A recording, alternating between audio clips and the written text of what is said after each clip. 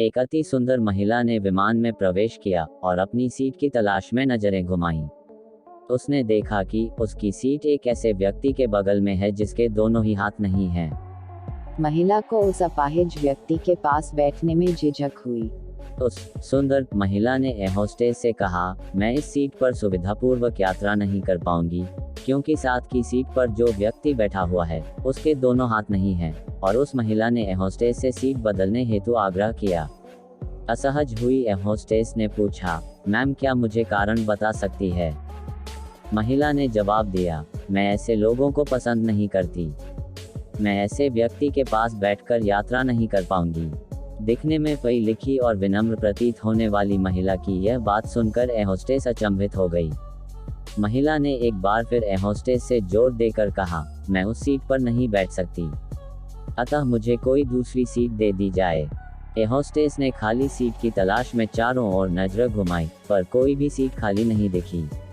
Air hostess ने महिला से कहा, मैडम इस इकोनॉमी क्लास में कोई सीट खाली नहीं है, किंतु यात्रियों की सुविधा का ध्यान रखना हमारा दायित्व है, अतः मैं विमान के कप्तान से बात करती हूँ। कृपया तब तक थोड़ा धैर्य रखें। ऐसा कहकर होस्टेस कप्तान से बात करने चली गई। कुछ समय बाद लौटने के बाद उसने महिला को बताया, मैडम आपको जो असुविधा हुई उसके लिए बहुत खेद है। इस पूरे विमान में केवल एक सीट खाली है और वह प्रथम श्रेणी में है।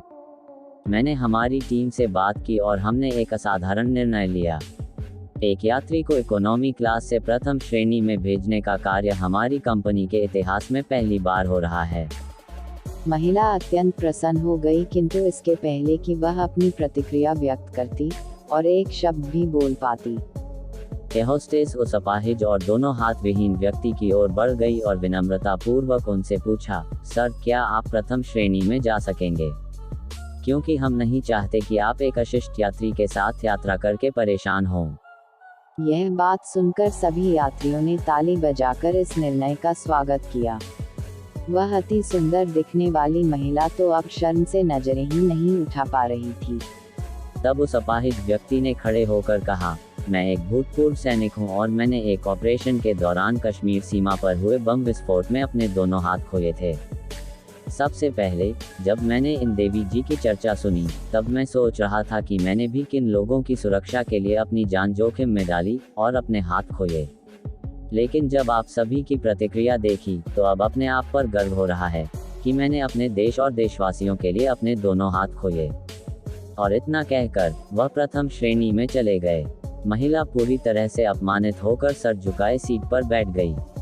अगर विचारों में उदारता नहीं है तो ऐसी सुंदरता का कोई मूल्य नहीं है।